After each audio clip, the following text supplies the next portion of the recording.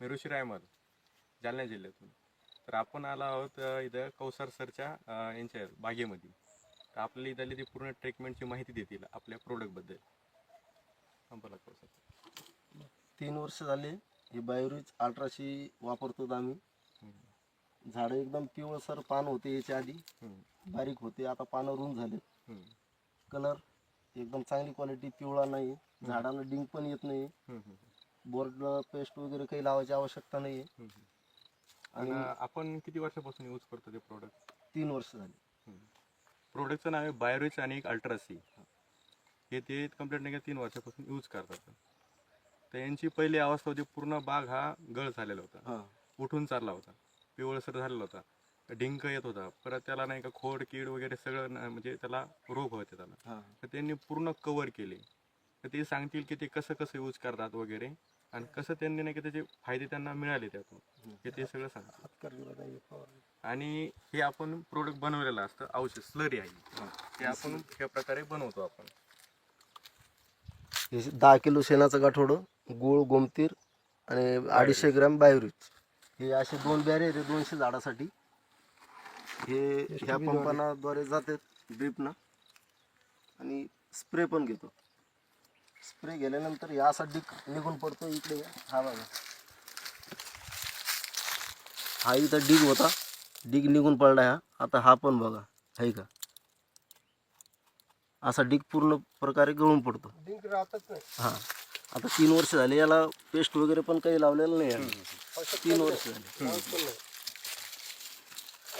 म्हणजे जे आपण बायोरिचचे त्याला स्प्रे घेतो त्याने डिंकही नष्ट होतो, मिलीबग नष्ट होतो, तुमची काळी वगैरे उठून जाणारे झाड वगैरे आपले हे रिटर्न येणार सगळे. गळ पण 2 बॅग गळ निघले 200 झाडामध्ये फक्त. गळ आंबे मालाचे 200 बॅग निघले, 2 बॅग निघले फक्त. गळ नाहीच्या प्रमाणातच. आपलं एक झाड आहे ते आपण बघूया त्याची अवस्था काय होती आणि ते सध्या काय आहे. हा झाड बघा, पूर्ण गेलेला होता. याला नवीन आलं, इथून साल आली नवीन, दोन्हीकडून पण. याला 40 किलो माल निघलाय. आता कमीत कमी 60 ते 70 किलो माल आहे वरती याला, पूर्ण झाडात. हा गुंडीवर आहे. हा, गुंडीवर आहे. हे बघ, त्या साईड.